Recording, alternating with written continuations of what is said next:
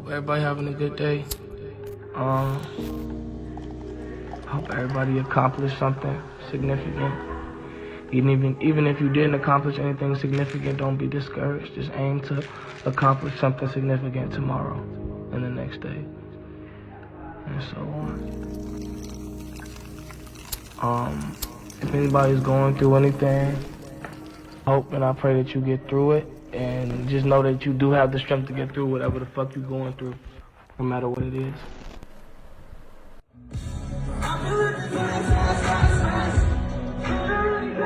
New details now on the sudden death of rapper Juice WRLD. Rapper Juice WRLD is dead after suffering a seizure at Chicago's Midway Airport. Jarad Higgins was born on December 2, 1998 in Chicago, Illinois. Although he was in the rough area of Southside Chicago, he spent his childhood living in the suburbs of Calumet Park before moving to Homewood. When Jarad was just 3 years old, his parents would separate. Jarad and his older brother would stay with his mother. She would take on the responsibility of raising them both on her own, and they would have little contact with their dad after this. I mean, she's like, I don't know, one of the proudest people ever. Like, she's like been my biggest supporter and cheerleader since birth. So. While Jarad was little, he would get musical influence from rock bands like Fall Out Boy, Blink-182, and Black Sabbath. The reason this is important to note is because these influences would play a major role in his style much later down the road. At the time, he didn't know this, and the reason he listened to so much rock in the first place was simply because his mother did not approve of any rap music being played in their home. When he was just 4 years old, he began learning how to play the piano. As Jarad grew older, his taste in music would broaden. While staying at his cousins' houses, he began listening to a lot of rap like Gucci Mane and Young Jeezy. Because he wasn't allowed to listen to this type of music in his own home, he would often come home and recite the songs to himself. And if he forgot the words to certain parts, he would replace it with the freestyle with his own lyrics. This was the beginning of him discovering his musical talent and undeniable skill to freestyle. By the time Jarad was in middle school going into high school, he was heavily influenced by people like Future, where he even states Future's music encouraged him to try lean and take Xanax at a young age. While attending Homewood High School, Jarad had a friend named Jalen who started a radio show from inside their school. A couple words off the brain, switch it to the membrane. I shoot threes like Steve Nash, yes boy, I straight drain. People say I'm crazy, but my bars going insane. You hear me on the radio, spitting radio wave. This ultimately gave him a platform to improve and showcase his freestyling abilities. After months of this going on, Jarad began to be known within the school as the best freestyler, and people began to encourage him to start writing and recording songs. He began to really absorb all the music and stop caring about school and his homework. Jarad's love for rock music never left either though. He even admits to meeting a girl at school around this time, and in an attempt to impress her, he started listening to her favorite bands like Panic at the Disco and Green Day, even teaching himself the guitar from watching YouTube tutorials. This blend of interests would ultimately form the foundation of his musical style. Funny enough, the first song he ever recorded was in 2014, and it was a song he wrote for his high school crush. These words are so overdue, and you're so over cute, so beautiful to my cubicle. When you around, it's a marvelous view. By the time he was a sophomore in high school, he decided to take the advice of his peers. He created a SoundCloud account under the name Juice the Kid. In January 2015, he uploaded his first mixtape titled What Is Love, which only consisted of one song, Forever.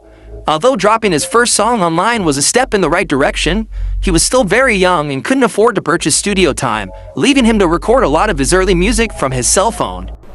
Like, I used to have to scramble for money to get like 2 hours at the studio. This made it very difficult over the coming years to record music he felt was good enough to share with the public. This is also around the time Jarad admits to having been experimenting with drugs. While most of the kids his age were smoking weed, he was taking perks and Xanax. From 2015 to 2016, he only managed to drop a handful of songs, but was progressively getting better in finding his avenue of music. In 2016, he dropped the Juiced Up EP, and although at the time it didn't get more than 1,000 plays, it was significant enough to catch the attention of an online producer named Sidepiece. At the time, Sidepiece was just a tight beat producer who stumbled upon Juice's Twitter, which led him to checking out his music. Even though he wasn't getting a lot of views, Sidepiece saw the potential right away and began feeding him beats. In July of 2016, he dropped the Twilight Zone EP, which was later deleted from SoundCloud, but was recovered years later from old Facebook links he used to promote his music. He continued to experiment with drugs. They helped him feel more connected to his emotions than when he was sober, ultimately helping his creative process and musical style. He described it as a gift and a curse. It was during this time that his producer Side Piece would tell another producer about his music. His friend was Nick Mira, another type beat producer who was just as excited when he heard Juice's potential. With Side Piece and Nick Mira now producing a majority of his music, he really established a blend of genres to create his emotional rap style that was very different from the typical drill music coming out of Chicago the last decade. With encouragement from his new producers, he decided it was time to change his name. He changed it from Juice the Kid to Juice WRLD. The word Juice was inspired by the movie, which featured one of his idols, Tupac, and the world just stood for taking over worldwide. Feeling confident with his new name and higher quality production that fit his style more, he continued to drop new music as often as possible, believing if he stayed consistent, more people would take note of his talent. In early 2017, he dropped another 3-track mixtape titled Affliction, quickly followed by another 2-track tape, Heartbroken in Hollywood 999. Things were starting to look up for Juice. He was fully engaged in following his dream. He had producers backing him up, and his music was notably getting better, but he was still struggling to stay positive, and on top of it, he needed more money to keep recording. This led him to getting a job at a car factory, where he would help assemble them. It's my cousin. He got me my first job, my first and only job. At this time, he was seriously considering taking a break from music due to other struggles he was dealing with, and altogether, he started to doubt his sound. Don't give up, because a year ago, I was finna quit this shit. Like, I wasn't finna quit this shit, but I was finna stop taking this seriously. After just a few weeks of working at the car factory, he realized that lifestyle wasn't for him. Even if he tried to fake it, he couldn't help but think about music all day long. Regardless of his financial problems, he decided to quit. If anything, this just reminded him how bad he wanted it. He got back to work with Nick and Side Piece, and they began working on another project. This time, he wanted it to be longer than just a couple tracks. On June 15, 2017, he dropped his first full-length mixtape titled 999 on SoundCloud. The entire tape was co-produced by Side Piece and Nick Mira. The second song on the tape was titled Lucid Dreams, but it wouldn't initially blow up. The tape did give Juice WRLD his first taste of recognition from the mainstream though, where artists like Waka Flocka and producer Southside both checked out the project and gave him credit for his good work. This small but valid buzz gained him a few thousand plays on SoundCloud, which at the time meant the world to him. He knew he had to go back to dropping music while he was getting a little bit of attention. In October, he dropped another 2-song tape with Nick Mira titled Binge Drinking Music, followed by multiple singles before dropping one last project at the end of 2017. I admit it, another hoe got me finished, broke my heart, oh no you didn't. On December 22nd, he dropped Nothing's Different. Although it was only 3 songs, the first track was All Girls Are the Same, and this would catch the attention of Cole Bennett and Lyrical Lemonade, who at the time was just starting to get recognized for their music videos and their blogs that covered new music coming out of Chicago. I made that song in the moment, and I kept it and dropped it because it was how I was feeling, like it was like pure emotion. Cole would write, I was unfamiliar with Juice before stumbling across the intro track, All Girls Are the Same, which led me to find his EP, and I must admit that I was pleasantly surprised. It's a pretty short listen, considering that it's just 3 songs in length, but the impact it left felt like more of a full-length project. Cole wasn't the only one from Chicago who caught wind of this song. Lil Bibby, a well-known Chicago veteran, got a hold of Juice's music after DJ Victorious sent Lil Bibby All Girls Are the Same and Lucid Dreams to check out. After Lil Bibby heard Juice's music, he immediately contacted him and was offering to sign him to his new label, Grade A, which was under Interscope Records. Because Juice was in the situation he was in, he didn't hesitate to sign, stating he needed the money bad. Lil Bibby and Juice WRLD immediately went on a promo run for All Girls Are the Same, where the SoundCloud plays started to rise rapidly, but it wouldn't blow up until February of 2018, when Cole Bennett decided to reach out and offer to film the music video for the song. He uploaded it to his YouTube channel. The heartbreak music combined with the unique visuals from Cole Bennett, who was just starting to get known as the go-to channel for aspiring artists, created the perfect storm for Juice WRLD. And by April of 2018, the song was on every radio station in the country, giving Juice his first ever Billboard charting song, changing his life and jump-starting the career of the song's producer, Nick Mira of Internet Money. This was a massive success, and with the help of his new label, Grade A, they began working and promoting a debut album, with All Girls the Same being the first single. In May, they re-released the year-old song Lucid Dreams, but this time gaining their second music video from Cole Bennett, as well as starting a close friendship between the two. As if things couldn't get better, the music video for Lucid Dreams dropped on May 10th, and his career elevated to all new heights after the song did twice as good as All Girls Are the Same, taking him from struggling SoundCloud artist to the face of the mainstream by the summer of 2018. Initially, the song debuted at number 74, but over the coming weeks would end up all the way at number 2. Wasting no time, he dropped his debut album, Goodbye and Good Riddance, just 2 weeks later. The album sold 39,000 its first week and debuted at number 15. Unlike most projects that decrease in sales after their initial first week, things were the opposite for Juice WRLD. As his two singles, Lucid Dreams and All Girls Are the Same, continued to increase in popularity, his album sales got higher with each passing week, until the project won certified platinum and peaked at number 4, gaining him a world tour. During this tour, the tragic passing of XXXTentacion in June would touch a special place in his heart, after the two had plans of linking up to work together. This, in combination with the passing of Lil Peep the year before, inspired Juice to pay homage with the 2-track EP titled Too Soon. The first song off the EP was Legends, where Juice talked about the newer generation of artists not making it past the age of 21 because of violence, drugs, or both. The second song was Rich and Blind, where he raps about himself and the effects drugs have on him in his mind. While this was going on, he was also presented the chance to work side by side with his favorite rapper, Future. They locked in the studio for a week and released a 16-song tape titled World on Drugs, which many believed to be a reference to the state of the youth at the time, with the passing of Mac Miller just a month before. During their meeting for the first time, Juice would tell Future how he influenced him to try lean. Months later, Future would tell this story in an interview and describes how it bothered him a lot. He said, "Oh shit, what the fuck have I done?" This is around the time he began a friendship with Ski Mask the Slump God, and in October was featured on Ski's album Stokely with their hit single Nuketown.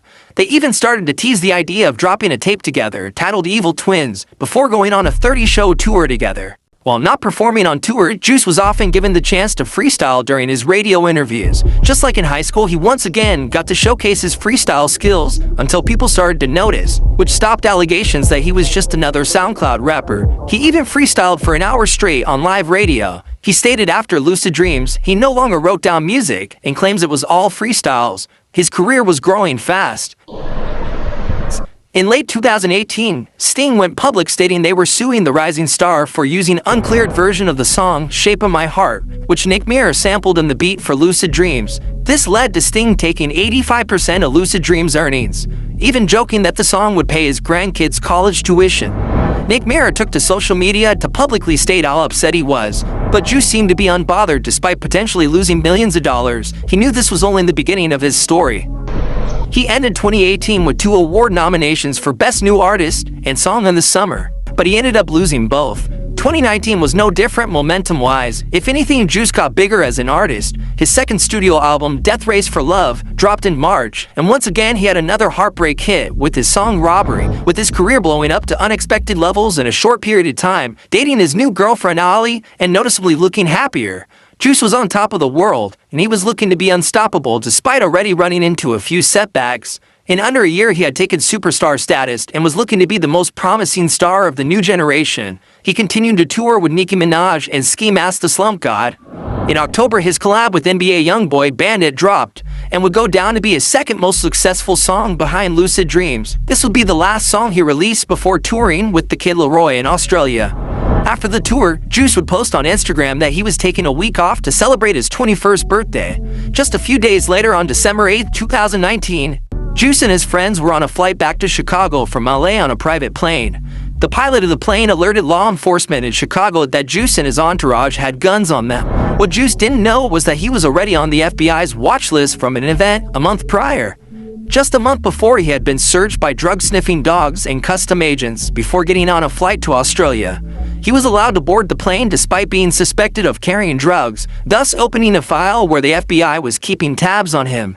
The combination of these two events led to the FBI and Chicago police to be waiting for Juice WRLD at the airport when they landed.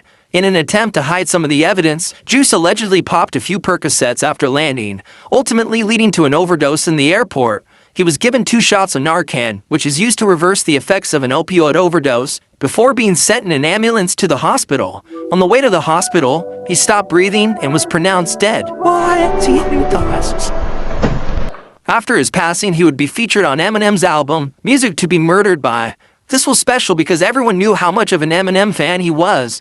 On April 24, 2020, his single Righteous was released. He had recorded the song in his home in LA, and the lyrics can be hard to listen to. His mother would also start the Live Free 999 organization for mental health awareness.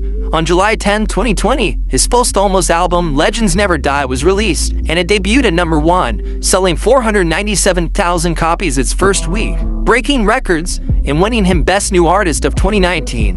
The title of the album is very appropriate for someone who influenced millions and changed lives in such a small amount of time. Although Juice's life was cut tragically short, Lil Bibby has come out to say Juice recorded enough unreleased music for 5 more albums. Despite going to battle with his own addiction, depression, and anxiety problems, Jarad always made time between tours, interviews, and his busy life to make sure he recorded more music, with the only goal of hoping his music would be relatable and help at least one person going through a hard time in their life. Although he's gone, his music and impact will live forever.